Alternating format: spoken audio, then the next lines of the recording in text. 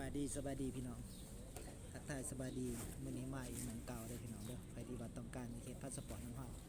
มาทางพญายสางเด้อพี่น้องมื้อนี้เอาลูกค้ามาสัมภาษณ์อยู่ปักซี่พี่น้องสิให้เบิ่งมื้อนี้เฮาสัมภาษณ์สิประมาณนี้พี่น้องคนยังหลายคือเก่าพี่น้องเนาะ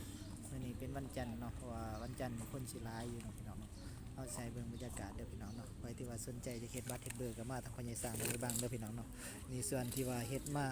แล้วก็ได้พาสปอร์ตอยู่ประมาณนี้พี่น้องเนาะ มีอยู่มือนี้12หัวเด้อพี่น้องเราก็ได้ที่ว่า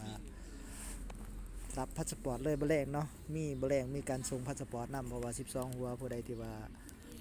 บ่ทันมาเฮ็ดก็มาได้เนาะพี่น้องเนาะอากาศอยู่ปักซี่มื้อนี้ก็หนาวพี่น้องเนาะมื้อนี้หนาวแฮงเนาะใดที่ว่าสนใจจะเฮ็ดบัตรเฮ็ดเบอร์ก็มาทางพี่เด้อพี่น้องเด้อ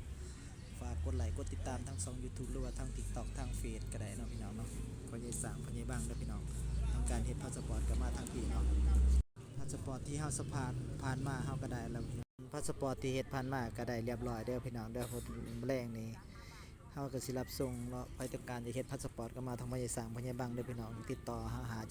749447หรือว่าทางเฟซสร้างมงศรีวงศาหรือว่าทางเฟซภาษาลาวก็ได้เนาะสร้างบ้านนางลาวก็ได้เนาะหรือว่าพญาบังบ้านนางลาวพาสปอร์ตก็มาทางพี่น้องเนาะวันนี้เฮาได้พาสปอร์ตมาแล้วเนาะพี่น้องหลังจากเฮ็ดมาประมาณ1เดือนเนาะพี่น้องเนาะตัวนี้เฮ็ดราคาธรรมดาได้พี่น้องเด้อใครสนใจก็มาทางพญาสร้างพญาบางเด้อพี่น้องฝากกดไลค์กดติดตามด้วยเด้อพี่น้องสนใจจะเฮ็ดพาสปอร์ตราคาถูกเนาะพี่น้องโทรหลังใหม่เนาะพี่น้องเนาะรับรองว่าถูกแน่นอนพี่น้องเนาะต่อรองกันได้ราคา